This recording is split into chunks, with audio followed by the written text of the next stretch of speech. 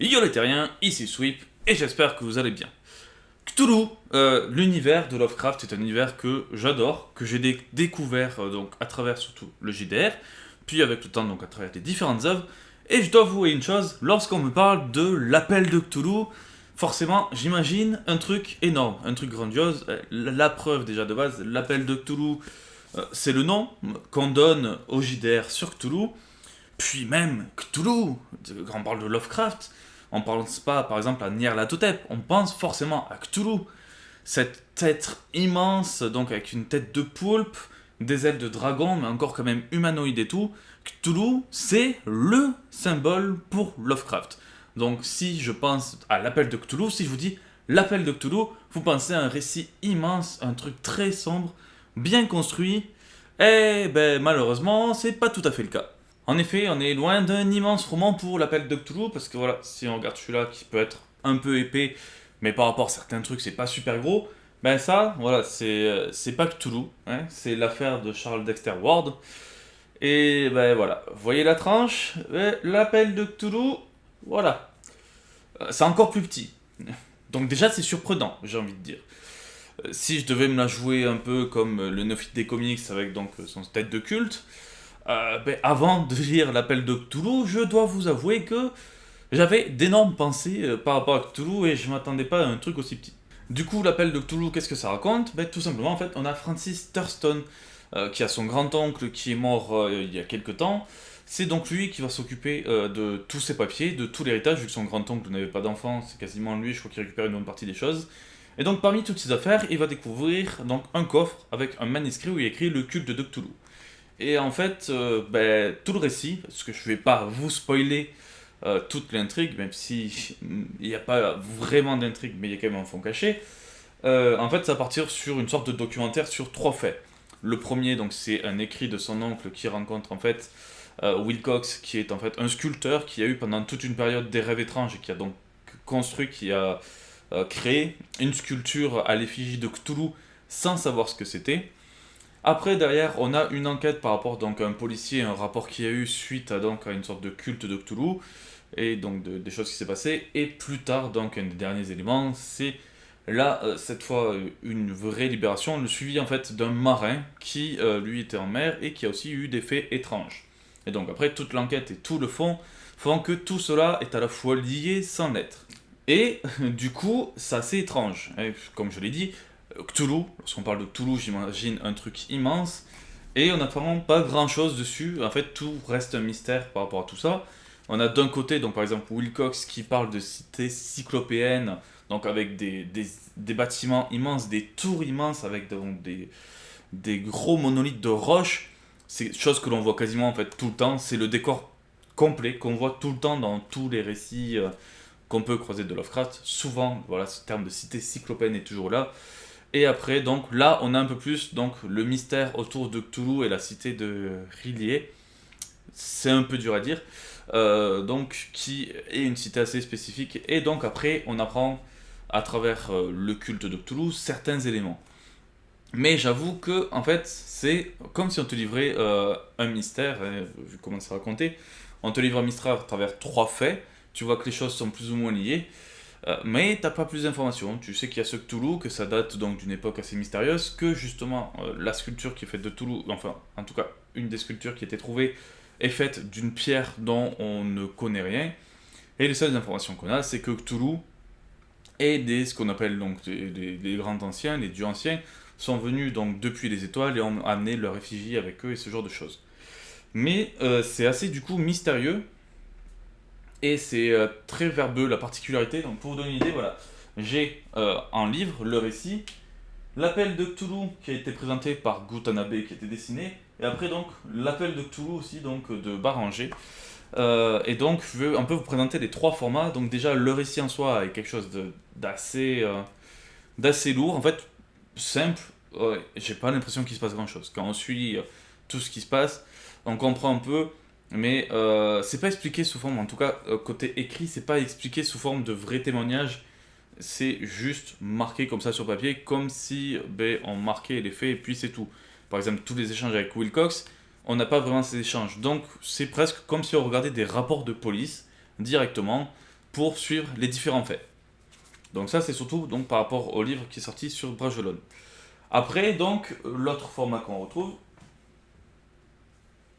c'est tout simplement l'appel de Cthulhu de Gutanabe, donc édition Kiyun. Et bon, déjà, si je dois dire quelque chose sur cette édition, toujours le simili-cuir qui est magnifique. Et à l'intérieur, des dessins grandioses, pour vous montrer une idée. Un truc qui spoil un peu. Oh non, juste un dessin classique, voilà, pour vous donner une idée. Mais Gutanabe fait vraiment des dessins magnifiques. Et si je dois donner un gros point positif là-dessus, c'est que le manga, c'est tout simplement une bande dessinée. Tu peux pas retracer le fait comme on a dans le livre, comme c'est dans les écrits, de simples rapports avec des faits.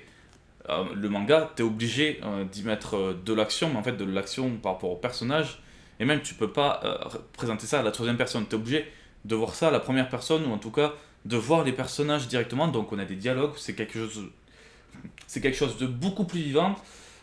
Et même du coup qui permet de comprendre beaucoup plus de choses par rapport aux écrits où des fois on n'a pas tout ce qui est raconté. Par exemple, l'horreur qu'on a dans la Louisiane, c'est vachement plus détaillé là-dedans, surtout donc par rapport au dessin. Et puis voilà, c'est beaucoup plus représentatif. On arrive mieux à se mettre dans l'ambiance et à tout comprendre, vu qu'on n'a pas un système de rapport. En fait, c'est pas comme si tu disais, voilà, j'aurais rencontré un monsieur qui m'a dit qu'un jour, il a rencontré quelqu'un. Là, c'est vraiment le truc où on va suivre la personne, on va voir tous les dialogues. Ça va être beaucoup plus donc, dans l'action, mais dans les paroles, dans le mouvement en fait, des personnages et de l'univers, et pas juste un rapport. Donc c'est vraiment le gros avantage que je trouve sur l'édition Gutanabe, et de toute façon tout ce qu'il a fait a toujours été magnifique, et surtout, si je dois dire par rapport à l'écrit et au livre, le contenu respecte tout à fait ce qu'a fait donc Lovecraft. Et après donc on a le troisième format, cette fois un format donc de François Baranger, beaucoup plus grand, qui est en fait tout simplement, je vais vous montrer vite fait l'intérieur, c'est tout simple. On a en fait un fond qui est dessiné et avec du texte à chaque fois tout le long. Donc c'est un peu, je vais pas dire dans un système de light novel, mais c'est vrai qu'on a voilà, des dessins avec le texte tout autour. Et en tout cas pour ce qui est du texte en soi, c'est directement la copie, les termes même de Lovecraft. Et donc après on a François Baranger qui lui nous fait toute l'ambiance à travers ses dessins. Pour vous donner une idée, par exemple, voilà, si on regarde le dessin qui est là, c'est vraiment magnifique. Même sur la cover, voilà, avec la représentation de Cthulhu, c'est vraiment magnifique.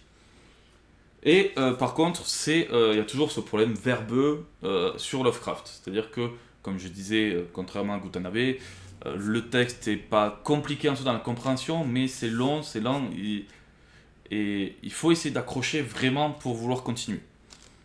Donc, l'appel de Cthulhu, j'en parle vraiment sur les trois formats, parce que les trois ont leurs avantages et leurs défauts.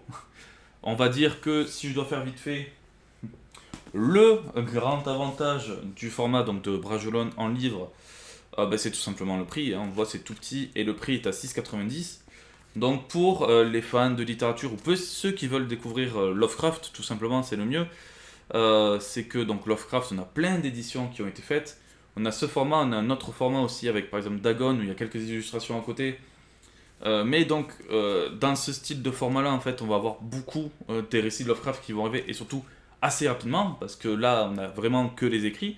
En plus si comme moi vous lisez peu, mais voilà c'est un truc, je veux dire là le récit fait 70 pages en une soirée, encore je suis gentil en disant une soirée mais on peut lire ça rapidement, donc pour 6,90 si on aime Lovecraft et qu'on veut découvrir, c'est vraiment pas mal. Derrière donc le manga de Kiyun et Gutanabe, déjà en tant que pièce de collection, je veux dire ça en jette beaucoup. Comme la plupart des autres formats de Gutanabe qu'on a sur du Lovecraft, c'est à 15 ou 17 euros. Mais voilà, quand on voit les dessins, en plus le nombre de pages est assez conséquent, c'est vraiment beau. Et pour comprendre le récit, c'est beaucoup plus dynamique, beaucoup plus sympa. C'est à mes yeux, tout simplement, je vais dire, c'est ma version préférée parce que voilà, par rapport aux écrits, c'est plus dynamique et en plus on a la beauté qui est bien détaillée vu que c'est une bande dessinée. Beaucoup de choses sont bien détaillées. Par exemple, je reviens sur ce terme donc, de l'horreur de Louisiane où on a tout un culte par rapport à Cthulhu qui se fait avec des sacrifices et tout ça. L'horreur même du culte est beaucoup plus décrite parce que on découvre ça de case en case. Et donc, c'est vraiment bien. C'est pour moi donc ma version préférée si on doit découvrir l'appel de Cthulhu. Et après, chose que je conseille plus dans le cas d'une pièce de collection, d'ailleurs, pour vous donner une idée, ce format-là, c'est même pas moi qui l'ai acheté, c'est surtout ma copine. Surtout, moi je suis très côté manga, mais je m'y suis intéressé et j'ai lu aussi. C'est très verbeux, pour le coup, ben, comme la version écrite, vu que c'est la version de Lovecraft. Par contre, voilà, on a vraiment les dessins. Pour moi, ce serait presque un portfolio pour regarder les dessins et admirer un peu ce que serait l'univers de Lovecraft. Mais après, voilà, par rapport aux écrits, c'est la même chose que le livre. Et surtout, si je dis que ça a cet aspect un peu collection, c'est que c'est quand même une édition qui est, me semble-t-il, à 24 €. Donc 24 € voilà, pour un récit qu'on peut retrouver sur Lovecraft, qui est le même récit, qui coûte 6,90 € à côté, voilà, ça le fait moyen. Pour avoir de jolis dessins, ok, mais dans ces conditions, il y a le manga qui, à mes yeux, est quand même un peu mieux parce que ben là, voilà, on a une planche qui va avoir tout un texte à côté, mais une planche qui va représenter une chose. Pour donner une idée, par exemple, si je veux juste montrer l'horreur de la Louisiane, qui est un de mes passages favoris, ou qui montre en tout cas toute l'horreur de la chose, là, c'est juste peu montré, c'est vu de loin, donc on voit pas ce gros côté chaotique. Donc, pour moi, cette édition de François Baranger, c'est vraiment plutôt une pièce de collection, quelque chose pour admirer. Mais donc, autant si c'est pour le lire, autant prendre le livre. Et après, pour ce qui est de la critique même donc de ce qu'est l'appel de Cthulhu, si je devais un peu conclure comme le ferait le néophyte des comics, bah, j'étais un peu déçu, je m'attendais pas du tout à ça, je m'attendais à quelque chose de plus complet, de plus grandiose. Moi qui ai lu un peu le Necronomicon et tout, c'est vrai qu'on apprend pas mal de choses. Et là, le culte, on le voit de loin, hein, pour donner une idée, par exemple sur les 3 sortes de rapports qu'on a, le culte on l'a que sur un seul rapport, qui est donc celui avec le policier. Avant, on a vraiment l'idée des rêves et des illusions, et à la fin, c'est un peu comment on voit Cthulhu. C'est vrai que c'est 3 aspects, hein, c'est aussi intéressant parce que c'est 3 aspects sur lesquels on peut découvrir Cthulhu, mais le problème c'est que les 3 sont pas totalement détaillés, et c'est ce qui est un peu dommage, alors que c'est un peu peut-être l'avantage aussi du manga. Il détaille un peu plus, forcément il doit aller un peu plus loin que ce que raconte Lovecraft, parce que Lovecraft ne va pas si loin que ça, mais donc ça détaille un peu plus.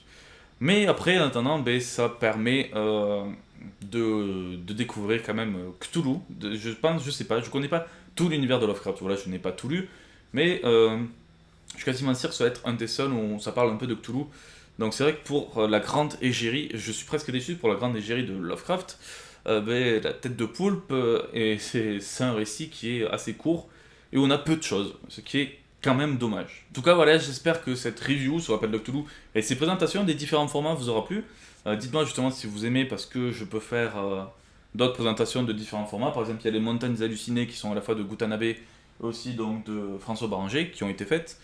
Je crois par exemple que La couleur tombée du ciel qui existe en manga est aussi sorti récemment en récit.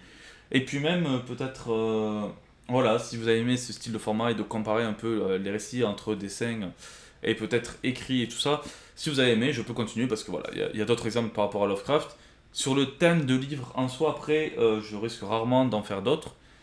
Ça arrivera peut-être, mais je lis surtout manga, comics, quasiment pas de bande dessinée et des livres encore moins, mais peut-être qu'avec le temps ça arrivera. En tout cas, voilà, j'espère que vous aurez aimé cette vidéo, que ça vous aura peut-être donné envie. Voilà, si vous connaissez un peu Lovecraft, je vous ai un peu montré ce qui se passe dans l'appel de Cthulhu. Si vous en attendiez beaucoup de choses, au final, c'est un peu la déception pour donner une idée. J'ai même, quitte à comparer dans les contenus sur ce que j'ai lu, surtout côté manga, je trouve que c'est le moins complet, alors qu'il est quand même assez conséquent par rapport par exemple à La couleur tombée du ciel. Mais La couleur tombée du ciel, c'est tout un récit qui a une continuité, qui a toute une construction. Là, c'est 3 trucs qui sont à la fois liés, mais un peu décousus aussi. Donc c'est assez spécial. En tout cas, voilà, j'espère que vous avez aimé cette vidéo. Sur ce, je vais vous laisser. Ciao tout le monde, et à la prochaine!